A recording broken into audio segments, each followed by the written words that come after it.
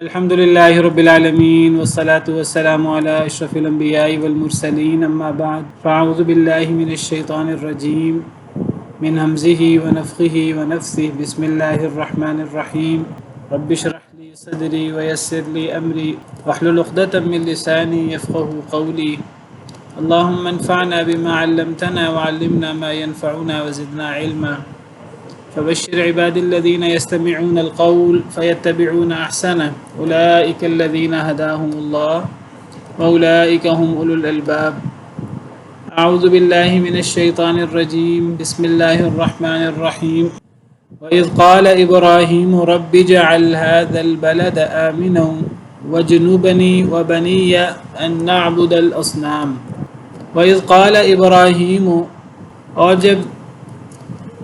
اور جب کہا ابراہیم علیہ السلام نے ربی اے میرے رب اجعل هذا البلد بنا دے اس شہر کو آمنا امن والا وجنبنی وبنی ان نعبد الاصنام اور دور کر دے مجھے وبنی اور میرے بیٹوں کو ان نعبد الاصنام یہ کہ ہم عبادت کریں بتوں کی اور اس وقت کو یاد کریں اے اللہ کے رسول صلی اللہ علیہ وسلم جب ابراہیم علیہ السلام نے کہا وَإِذْ قرآن میں جب بھی وَإِذْ آئے تو اصل میں گویا کہ وَذْكُرْ اِذْ محذوف ہوتا ہے اور یاد کریں اس وقت کو جب تو وَإِذْ قَالَ اور جب کہا ابراہیم علیہ السلام نے دعا کی اللہ تعالیٰ سے یا رب یعنی ربی اصل میں یا ربی ہے اے میرے رب دیکھیے انبیاء کرام علیہم السلام دعا کرتے ہوئے کس طرح ڈائریکٹ اللہ تعالیٰ کو پکارا کرتے تھے، اللہ کے درمیان کوئی واسطے وسیلے فوج شدگان کے نہیں ڈالتے تھے، ان کی ذات کا یا ان کے حق کا وسیلہ ڈائریکٹ اللہ کو پکارا کرتے تھے۔ جس طریقے سے وہ اللہ کو پکارتے تھے ہمیں بھی اس طریقے سے اللہ کو پکارنا چاہیے، ربنا یا ربی ڈائریکٹ اللہ کو پکارا جائے، اے میرے رب اجعل هذا البلد بنا دے اس شہر کو آمنا امن والا۔ سیدنا ابراہیم علیہ السلام نے اللہ تعالیٰ سے مکہ مکرمہ شہر کو امن والا شہر بنانے کی دعا کی۔ یہ کب کی بات ہے؟ یہ اس وقت کی بات ہے جب سیدنا ابراہیم علیہ السلام نے سیدہ ہاجر اور سیدنا اسماعیل علیہ السلام کو جو بالکل ابھی چھوٹے تھے، دودھ پیتے بچے تھے، تو ان کو مکہ مکرمہ جو اس وقت ایک بیابان وادی تھا، نہ کوئی چرند نہ کوئی پرند نہ کوئی دور دور تک کوئی انسان کوئی جانور نظر آتا تھا، ادھر پانی نہیں ہوتا تھا۔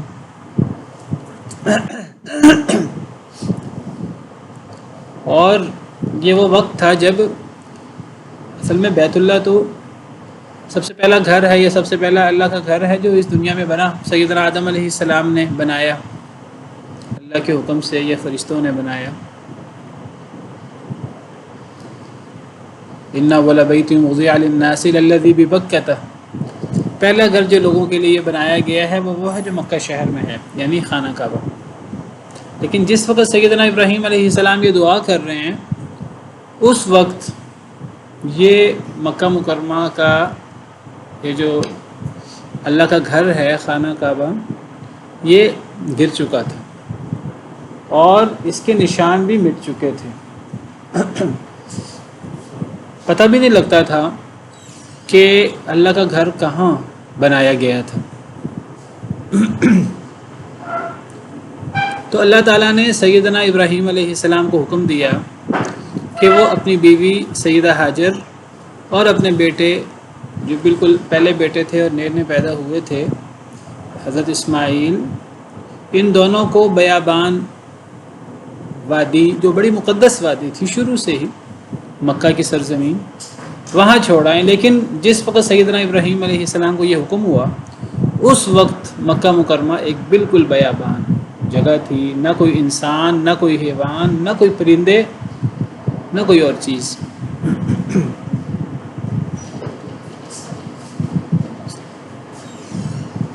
اور وہاں اس وقت خانہ کعبہ بھی نہیں تھا. خانہ کعبہ ہوتا تو وہاں لوگ ہوتے اور لوگ آباد ہوتے. خانہ کعبہ بھی اس کے آثار بھی مٹ چکے تھے. وہ تو بعد میں جب سیدنا اسماعیل علیہ السلام بڑے ہوئے تو اللہ تعالیٰ نے سیدنا ابراہیم علیہ السلام کو باقاعدہ بتایا، جگہ بتائی کہ اے ابراہیم یہاں اللہ کے گھر کے پہلا اللہ کا گھر یہاں بنا تھا.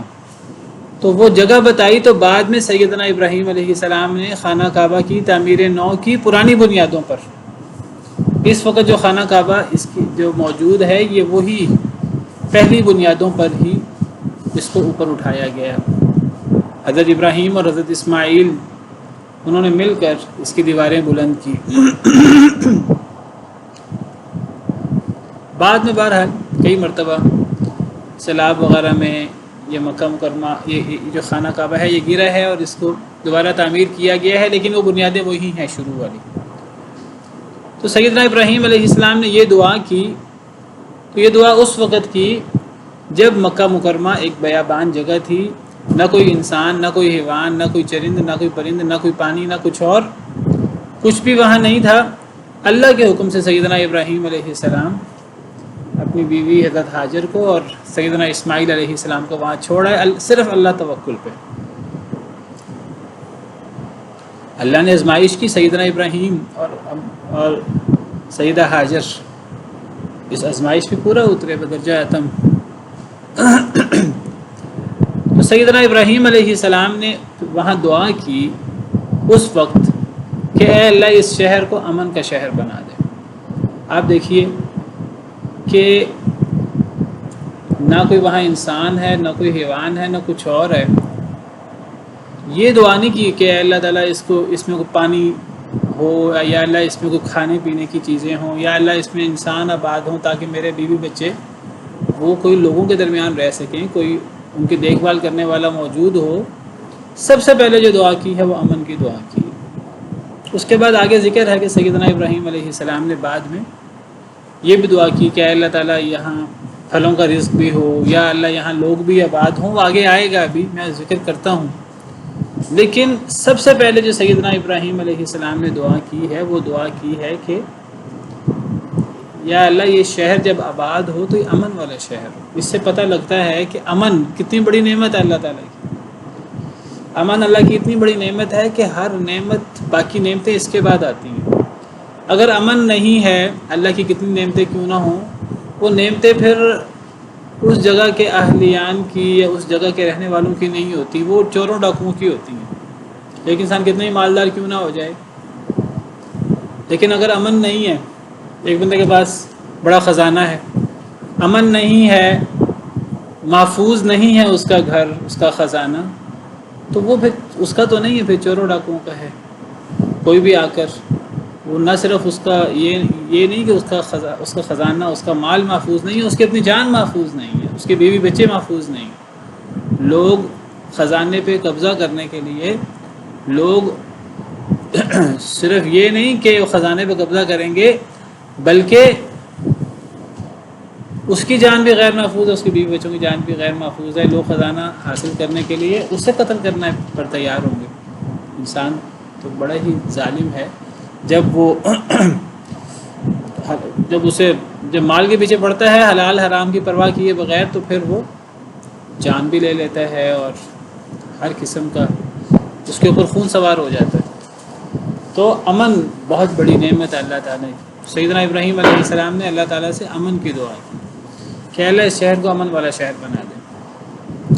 اور دعا کی وَجْنُبْنِي وَبَنِيَّ أَن نَّعْبُدَ الْأَصْنَامَ کہ اے اللہ مجھے اور میری اولاد کو دور کر دے. وَجْنُبْنِي، اجنب اجتناب کرنا اسی سے ہی ہوتا ہے، اور دور کر دے مجھے.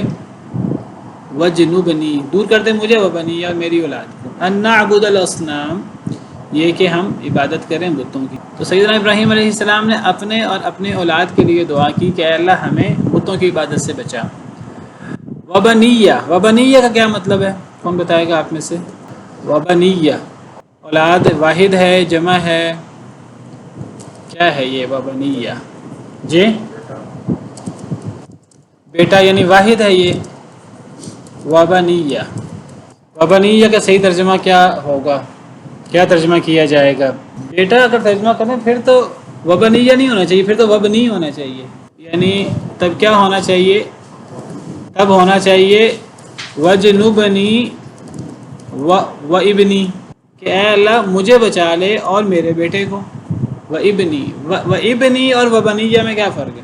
بات سمجھ آ رہی کہ نہیں آ رہی؟ وجنبنی یہ تو واضح ہے، وجنبنی بچا لے مجھے، آگے وبنیہ، ایک ہے وبنیہ اور ایک ہے وبنی، تو وبنیہ کا کیا مطلب ہوا؟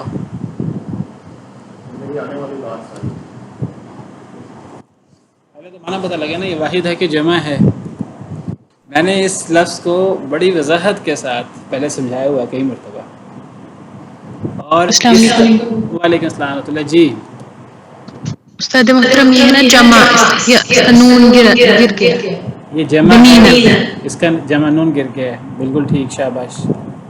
وہ بنینا ہے اصل میں نے ایک دفعہ نہیں کئی دفعہ آپ لوگوں کو تفصیل کے ساتھ وبنیہ اور بنیہ اور بنیہ کا فرق بھی بتایا ہوا، اور ابنی کا فرق بھی بتایا ہوا ہے۔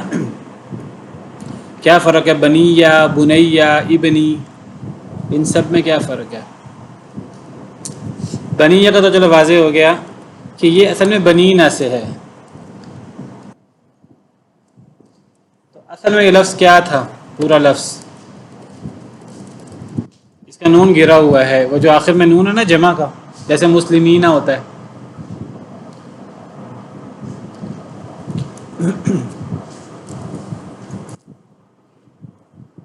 یہ اصل میں لفظ ہے بنینا اور ساتھ یا ہے، میں میرے کے معنی میں۔ ایک لفظ ہوا بنیہ، ایک لفظ ہوا بنیہ، اور ایک لفظ ہے ابنی۔ ابنی تو واضح ہے، چلیں ابن جمع یا۔ بنیہ کس سے ہے؟ بنیہ کا اصل کیا ہے؟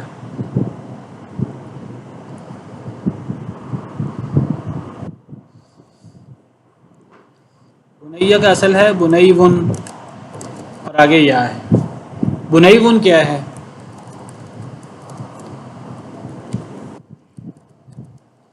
یہ اسم تصغیر ہے، تصغیر اس کو کہتے ہیں عربی زبان میں۔ تصغیر کا کیا مطلب ہوتا ہے؟ عربی زبان کے اندر ایک وزن ہے، ایک فارم ہے فعیلن، یہ فعیلن کا وزن تصغیر کے لیے آتا ہے۔ تو یہ بنیہ تصغیر ہے۔ تصغیر کا کیا مطلب ہوتا ہے؟ تصغیر کا مطلب یعنی چھوٹا کرنا، صغر سے چھوٹا کرنا۔ تو تصغیر یعنی مثلا رجل ہے، اگر آپ رجیل کہہ دیں گے تو چھوٹا آدمی۔ غلام ہے لڑکا تو غلیم یا غلیم اگر آپ کہیں گے تو اس کا مطلب ہوگا چھوٹا لڑکا، ٹھیک ہے۔ تو ابن ہے، ابن بیٹا، جو ابن ہے اس کا اصل میں جو ابن ہے اس کا بھی اصل پتہ ہونا چاہیے ہمیں۔ ابن کا اصل ہے بنون، ابن کا اصل بنون ہے، اس کا اصل روٹ جو ہے لفظ ابن کا بانون واو ہے، بس اس کا نا واو گر کر تو واو گر جاتا ہے،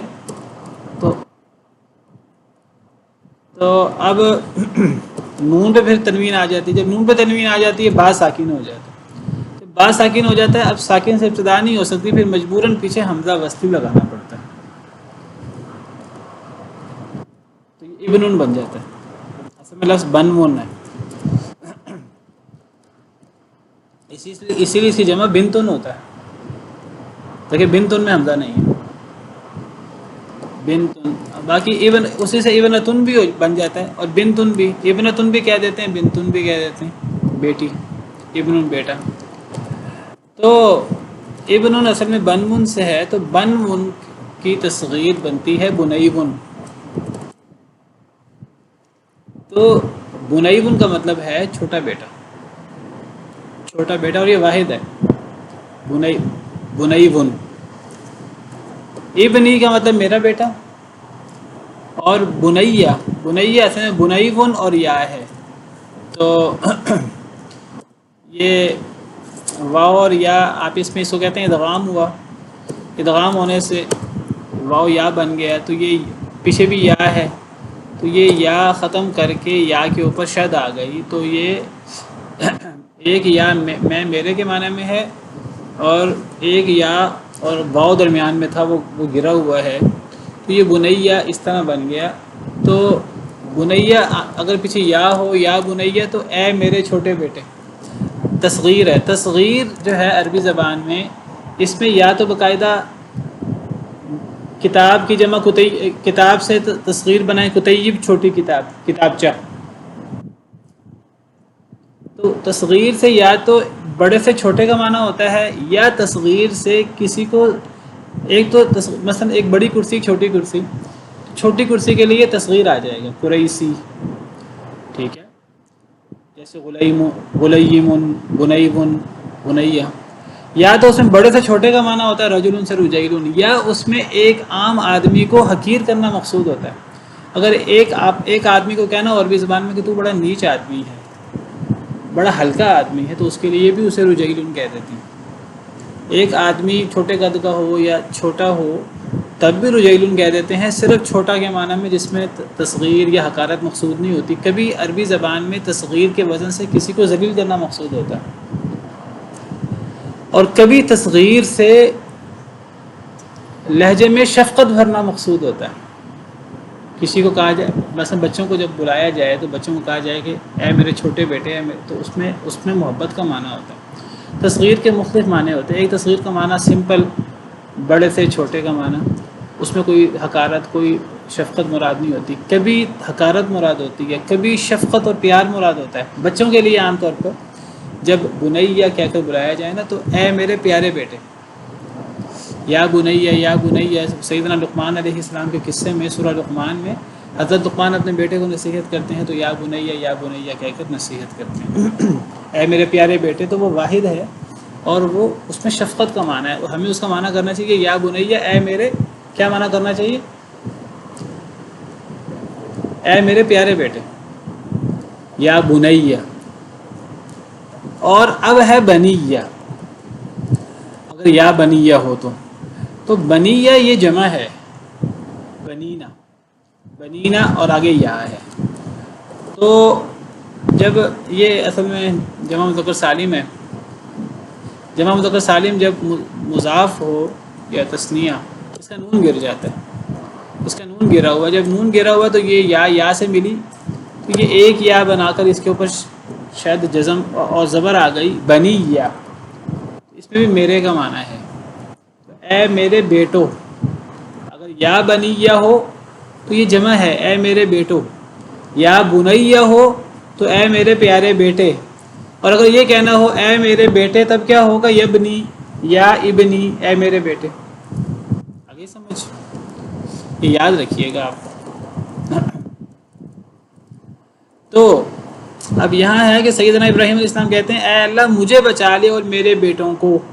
سیدنا ابراہیم علیہ السلام کے پاس ابھی سیدنا اسماعیل علیہ السلام سے چھوٹے تھے. آپ کو پتہ ہے سیدنا اسماعیل علیہ السلام جب بڑے ہوئے اور سیدنا ابراہیم علیہ السلام کو جب حکم ہوا کہ انہیں ذبح کریں خواب میں، اور جب سیدنا ابراہیم علیہ السلام اس پر تیار ہو گئے، سیدنا اسماعیل بھی اور حضرت ابراہیم نے انہیں لٹا لیا، تو اللہ تعالیٰ نے ان کی جگہ پر فدیہ دے دیا بچھڑے کا، اور اللہ نے فرمایا کہ آپ نے تو خواب سچ کر دکھایا ہے. تو اللہ نے انعام میں سیدنا ابراہیم علیہ السلام کو اس کے بعد سیدنا اسحاق علیہ السلام کی اور انہی کے ساتھ پوتے یعقوب کی بشارت بھی دی تھی. حضرت یہ جو ذبح والا واقعہ ہے اس کے بعد، تو سیدنا اسماعیل سیدنا اسحاق میں 12-13 سال کا فرق ہے. سیدنا اسماعیل علیہ السلام کے ساتھ یہ واقعہ پیش آیا ہے تقریباً یہ 13 سال کی عمر کا. اللہ تعالیٰ فرماتے ہیں جب وہ دوڑنے کی عمر کو پہنچ گئے تھے، فلما بلغ معه السعی، تو حضرت ابراہیم علیہ السلام کی پہلی اولاد، پہلے بیٹے سیدنا اسماعیل علیہ السلام ہیں، پھر سیدنا اسحاق علیہ السلام ہیں، اور پھر اللہ تعالیٰ نے سیدنا ابراہیم علیہ السلام کو اور بیٹے بھی دیے، کہا جاتا ہے 8 بیٹے تھے، واللہ عالم، اللہ بہتر جانتے ہیں۔ ان میں سے جو نبی بنے اور جو سب سے افضل تھے وہ سیدنا اسماعیل اور اسحاق علیہ السلام ہی تھے۔ سیدنا اسحاق علیہ السلام سے اللہ نے پھر سیدنا یعقوب علیہ السلام دیے، اور حضرت یعقوب کا لقب اسرائیل ہے، اور ان کی اولاد کو بنی اسرائیل کہتے ہیں۔ اور سیدنا اسماعیل علیہ السلام کی اولاد میں کوئی نبی نہیں ہوا، حتیٰ کہ نبی کریم صلی اللہ علیہ وسلم سیدنا اسماعیل علیہ السلام کی اولاد سے ہوئے ہیں، جو تمام انبیاء و رسول کے سردار ہیں۔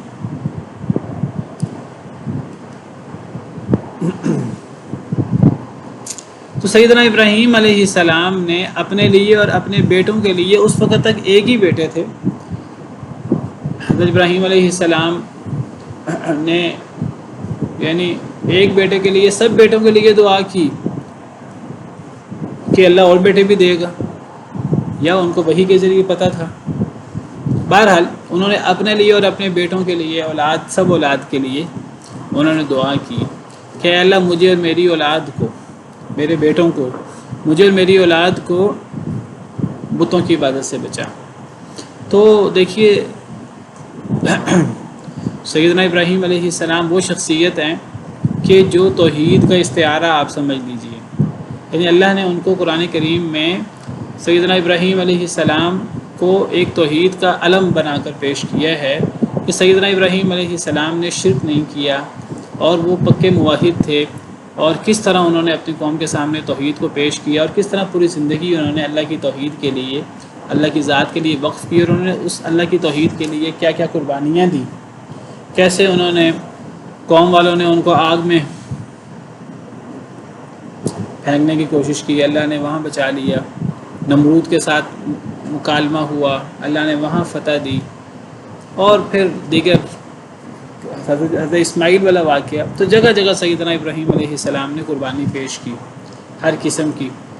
تو سیدنا ابراہیم علیہ السلام کو اللہ تعالیٰ قرآن میں جگہ جگہ کہتے ہیں کہ وہ ابراہیم حنیفہ، ابراہیم حنیف تھے، یک طرفہ تھے، ایک اللہ والے تھے، ولم یکن من المشرکین، اور مشرک نہیں تھے۔ قرآن میں جگہ جگہ سیدنا ابراہیم علیہ السلام کا تعارف ہے، اور قرآن کریم بار بار ہم مسلمانوں کو، نبی کریم صلی اللہ علیہ وسلم کو ملت ابراہیمی کی پیروی کرنے کی ہدایت کرتا ہے۔ فاتبع ملت ابراہیم حنیفہ، اے نبی کریم صلی اللہ علیہ وسلم ملت ابراہیمی کی پیروی کریں جو یک طرفہ تھے۔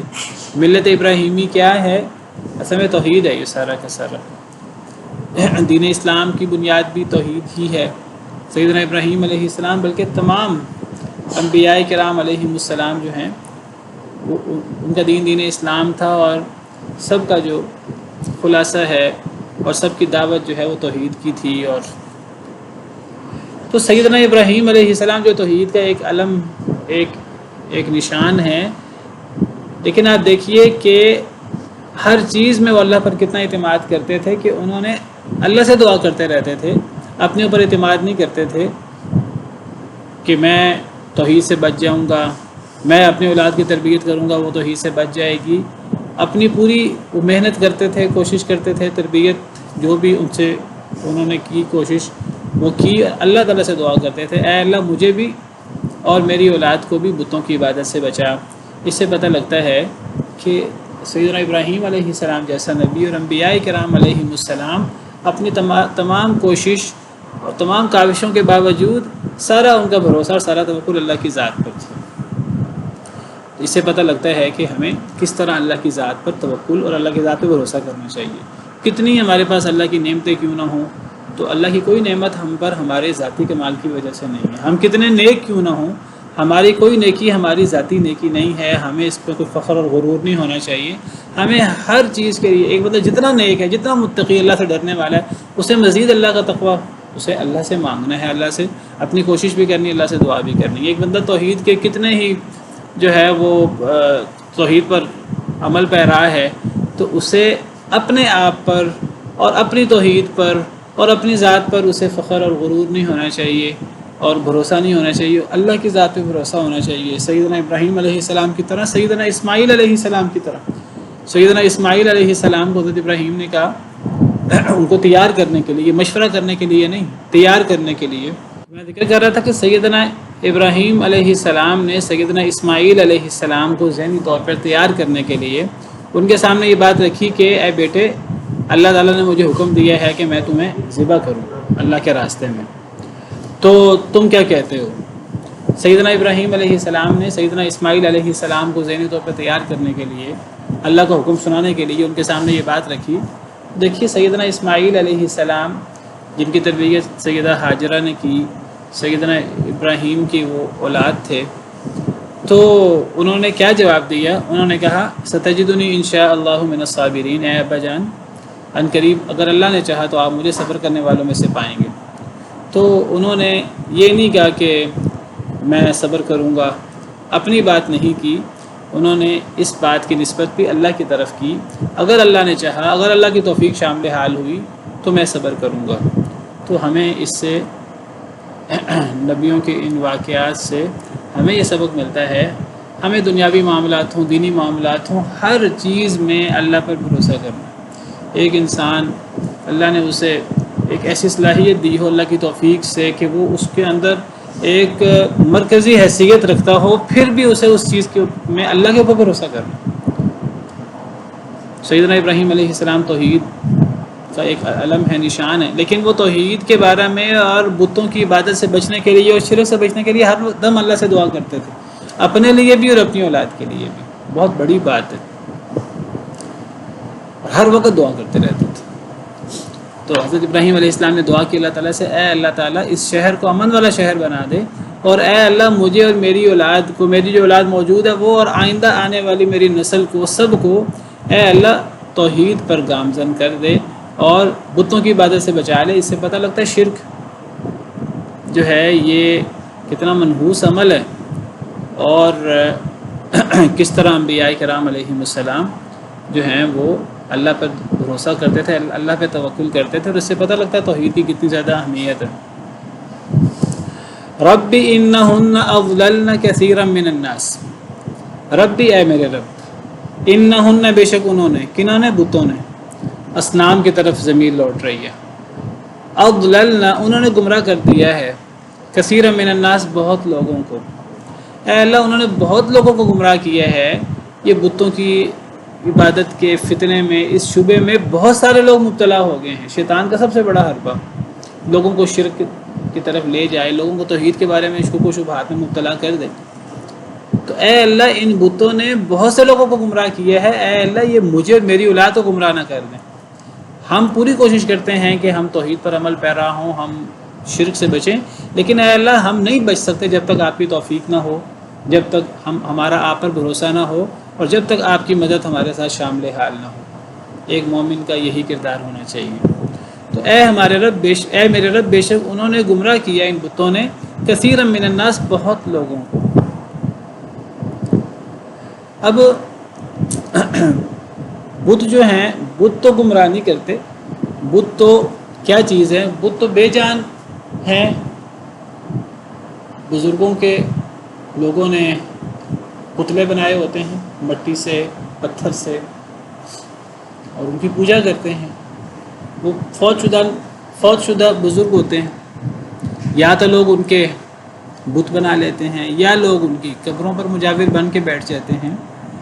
تو حضرت ابراہیم کہتے ہیں کہ اے اللہ انہوں نے، ان بتوں نے بہت سے لوگوں کو گمراہ کر دیا ہے۔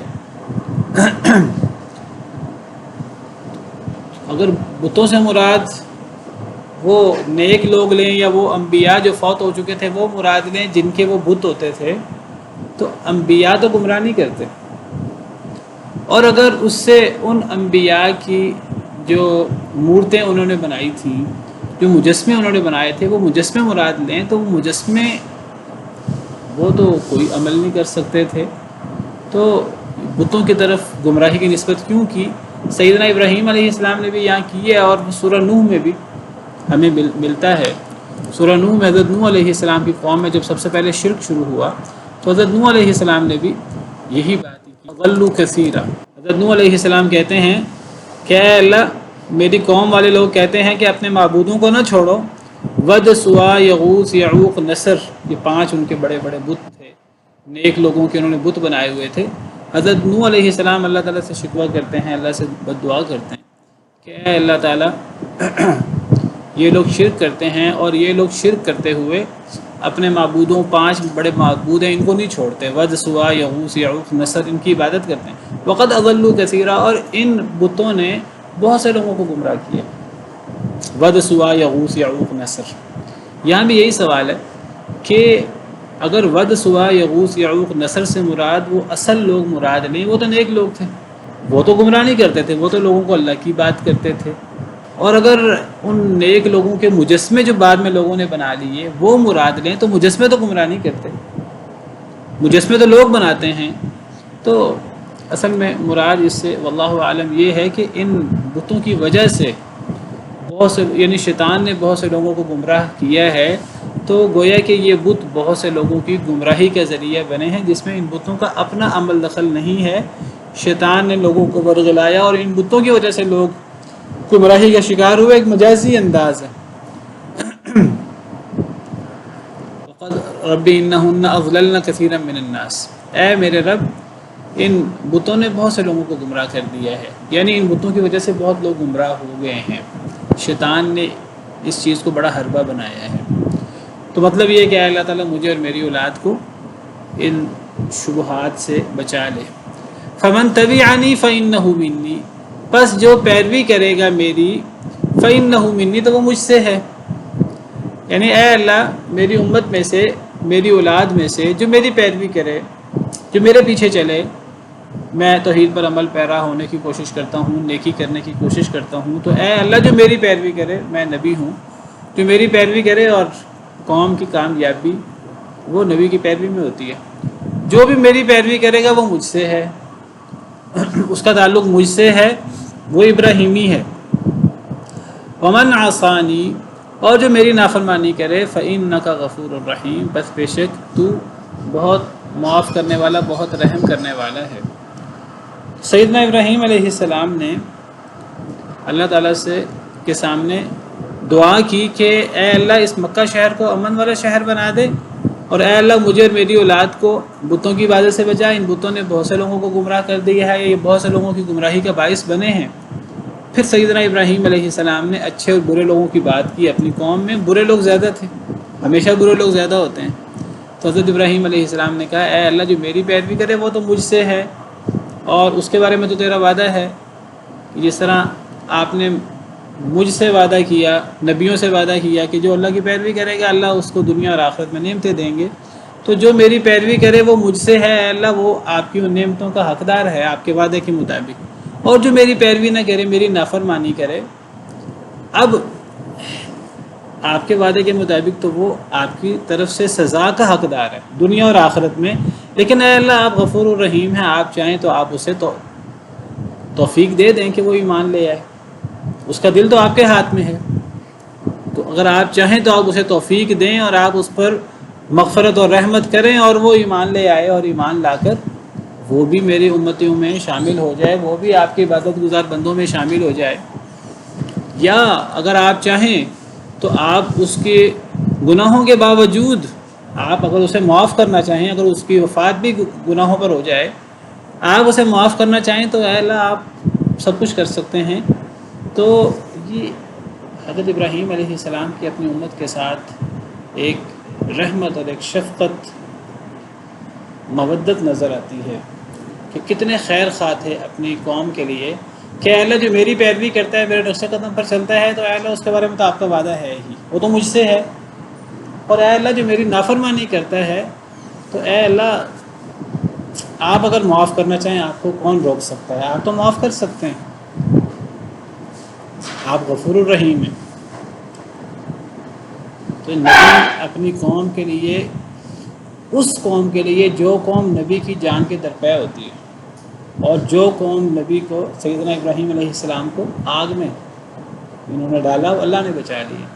کون سی تکلیف ہے جو سیدنا ابراہیم علیہ السلام کو نہیں دی، لیکن سیدنا ابراہیم علیہ السلام کا ان کے بارے میں رویہ دیکھیں، نبی کریم صلی اللہ علیہ وسلم کا اپنی قوم کے بارے میں رویہ دیکھیں کہ نبی کریم صلی اللہ علیہ وسلم طائف میں ہیں اور انہوں نے نبی صلی اللہ علیہ وسلم کے پیچھے محلے کے اوباش لڑکے لگا دیے، اور وہ نبی کریم صلی اللہ علیہ وسلم کو پتھر مار رہے ہیں اور نبی کریم صلی اللہ علیہ وسلم کے پاؤں مبارک زخمی ہو گئے، خون سے بھر گئے۔ اب فرشتہ آتا ہے اور اللہ کی طرف سے اور پوچھتا ہے اگر آپ کہیں تو یہ مکہ اور طائف کے پہاڑوں کو ان کے اوپر گرا دیا جائے اور ان کو تباہ و برباد کر دیا جائے، تو نبی کریم صلی اللہ علیہ وسلم فرماتے ہیں کہ نہیں، شاید کہ اللہ تعالیٰ ان لوگوں کی اولاد میں ایسے لوگ پیدا کر دے جو ایمان لے آئیں اور جو اصلاح کر لیں۔ تو نبی کا یہ کردار ہوتا ہے، اللہم اہدی قومی فإنہم لا یعلمون، اے اللہ میری قوم کو ہدایت دے، یہ جانتے نہیں ہیں۔ تو وہ اس قوم کے لیے جو قوم گویا کہ وہ نبی کی جان کے درپیر ہو جاتی ہے، نبی کی دشمن ہو جاتی ہے، نبی اس کے لیے کتنا خیر خواہ ہوتا ہے کہ نبی اس کی ہدایت کے لیے دعائیں کرتا ہے راتوں کو اٹھ کر۔ سیدنا عیسیٰ علیہ السلام، ان کے بارے میں بھی یہ ملتا ہے کہ انہوں نے دعا کی اللہ تعالیٰ سے، ان تعذبہم فإنہم عبادک، اے اللہ اگر آپ ان لوگوں کو عذاب دیں، ان اپنے نافرمانوں کو، فإنہم عبادک، اے اللہ آپ کے بندے ہیں، آپ کے ہی بندے ہیں، آپ نے پیدا کیا ہے، آپ عذاب دینا چاہیں تو آپ کا عدل ہے، اور اگر آپ کے بندے ہیں آپ معاف کر دیں تو آپ کے بندے ہیں۔ ان تعذبہم فإنہم عبادک وَإِن تَغْفِرْ لَهُمْ فَإِنَّكَ أَنْتَ الْعَزِيزُ الْحَكِيمُ، اے اللہ اگر آپ ان کو معاف کر دیں، ان گناہ گاروں کو، تو اے اللہ آپ اس پر غالب ہیں، اور آپ فَإِنَّكَ أَنْتَ الْعَزِيزُ الْحَكِيمُ، آپ حکمت والے ہیں۔ اگر آپ عذاب دیں، آپ کے بندے ہیں، آپ عذاب دے سکتے ہیں، اور آپ کا یہ عذاب عدل پر مبنی ہے، آپ کے بندے ہیں، آپ چھوڑ بھی سکتے ہیں۔ وَإِن تَغْفِرْ لَهُمْ، اور اگر آپ نے معاف کر دیا، فَإِنَّكَ أَنْتَ الْعَزِيزُ الْحَكِيمُ، آپ سے کون پوچھ سکتا ہے؟ آپ سے کوئی نہیں پوچھ سکتا، آپ غالب حکمت والے ہیں۔ سیدنا عیسیٰ علیہ السلام کی دعا ہے اپنی قوم کے لیے، اپنی قوم کے نافرمانوں کے لیے یہ دعا ہے۔ تو نبی صلی اللہ علیہ وسلم نے سیدنا ابراہیم علیہ السلام کی دعا پڑھی، سیدنا عیسیٰ علیہ السلام کی دعا پڑھی، اور کہا میں بھی اپنی قوم کے لیے اسی طرح ہی دعا کرتا ہوں۔ تو بہرحال یہ انبیاء کرام علیہ السلام اپنی قوم کے لیے کتنے خیر خواہ تھے۔ نبی کریم صلی اللہ علیہ وسلم اتنی دعا کرتے تھے اپنی قوم کی ہدایت کے لیے، اور اتنا ہلکان ہو جاتے تھے کہ اللہ تعالیٰ کو کئی دفعہ تنبیہ کرنی پڑی، لعلک باخع نفسک علی آثارہم ان لم یؤمنوا بہذا الحدیث اسفا، اگر یہ لوگ ایمان نہ لائیں تو شاید آپ اپنے آپ کو تاسف کے مارے ہلاک ہی کر ڈالیں۔ تو یہ نبی کا شفقت اور نبی کی رحمت ہے، وما ارسلناک الا رحمۃ للعالمین۔ لیکن دیکھیے جس طرح ہر قوم نے اپنے نبیوں کو تنگ کیا ہے، تکلیفیں دی ہیں، نبی کریم صلی اللہ علیہ وسلم کو آپ کی قوم نے، آپ کی قوم میں، آپ کی امت میں آپ کے ماننے والے بھی آتے ہیں، نہ ماننے والے بھی آتے ہیں، تو آپ کی امت نے، آپ کی قوم نے آپ کو بڑی تکلیفیں دی ہیں۔ ہر امت نے اپنے نبی کا مذاق اڑایا ہے، یا حسرتنا علی العباد ما یاتیہم من رسول الا کانوا بہ یستہزئون۔ قریش مکہ نے نبی صلی اللہ علیہ وسلم کا مذاق اڑایا اور آپ کو تکلیفیں دیں، اور آج تک بدبخت لوگ نبی کریم صلی اللہ علیہ وسلم کے خاکے بناتے ہیں اور آپ کی توہین کرتے ہیں۔ اور نبی کریم صلی اللہ علیہ وسلم کتنی شفقت اور کتنی رحمت تھے آپ، تو اس سے نبیوں کا کردار سامنے آتا ہے۔ جی آپ میں سے کسی کا سوال تھا؟ جی سر، جی سر نسبت کی ہے اس کی طرف کہ یہ ان کی طرف نسبت کی ہے جو ہم اس کی آیات میں پڑھ رہے تھے، اسلام کی طرف جو ضمیر لوٹ رہی ہے، جی جی ہم نے اس کے بارے میں، تو آپ نے کہا اس کے بارے میں دو چیزیں ہیں، یا تو یہ اس میں میں آپ کو پوائنٹ میرے ذہن میں آیا تو میں نے کہا آپ کو شیئر کروں۔ جی اس میں یہ چیز ہے کہ خود مائدہ میں ہے نا کہ یہ چیزیں جو بتیں شیطان کے تیر ہیں، شاید اس لیے یہ نسبت اس کی طرف کی گئی ہے۔ کس لیے نسبت کی گئی ہے؟ سورۃ مائدہ میں ایک آیت ہے نا جس میں 3-4 چیزوں کا ذکر ہے کہ یہ شیطان کے تیر ہیں، ہاں، تو شاید اس لیے اس کا نام اس لیے اس طرح نسبت کی گئی ہے۔ لیکن دیکھیے سوال یہ پیدا ہوتا ہے کہ ان میں ان کا ذاتی کردار نہیں ہے۔ اگر یہ اس سے اصل لوگ مراد ہوں وہ تو نبی ہیں یا اللہ کے ولی ہیں، اور اگر اس سے مراد ان کے بت ہیں تو بت تو کچھ نہیں کرتے۔ تو علماء نے یہی ذکر کیا واللہ عالم کہ اصل میں شیطان ان کو اصل میں وہ واسطہ بنا کر ان کے ذریعے لوگوں کو گمراہ کرتا ہے۔ تو یہ بتوں کے ذریعے لوگ اتنا گمراہ ہوتے ہیں کہ وہ گمراہی کی نسبت ہی بتوں کی طرف کر دی مجازی طور پر، ورنہ تو یہ بت نہ، یہ جو بتوں کی جو اصل ہیں، جو نبی ہیں یا ولی ہیں، نہ وہ گمراہ کرتے ہیں اور نہ بت خود گمراہ کرتے ہیں، ان کا تو اپنا کوئی کردار نہیں ہوتا، لیکن یہ بہت سے لوگوں کی گمراہی کا باعث ضرور بنتے ہیں۔ تو وہ اتنے لوگوں کی گمراہی کا باعث بنتے ہیں، یہ بت پرستی، اس کے پیچھے یہ تصویریں اور مجسمے اتنا بڑا سبب ہیں کہ اللہ نے گمراہی کی نسبت مجازی طور پہ ان کی طرف کر دی کہ یہ کتنی بڑی گمراہی کا سبب ہے۔ اور سورہ نوح میں بھی وقد اضلوا کثیرا، ان بتوں نے بہت سے لوگوں کو گمراہ کیا، حالانکہ وہ بت تو نیک لوگوں کے تھے، اور وہ جو بت تھے وہ خود تو کچھ بھی نہیں کر سکتے تھے، ان کو تو لوگ بناتے تھے، لیکن وہ بت بہت سے لوگوں کی گمراہی کا سبب بنے، تو مجازی طور پر گمراہی کی نسبت ہی بتوں کی طرف کر دی۔ اللہ تعالی عالم۔ چلیں اتنا ہی کافی ہے، باقی انشاءاللہ کل۔ سبحان ربک رب العزت عما یصفون وسلام علی المرسلین والحمد للہ رب العالمین۔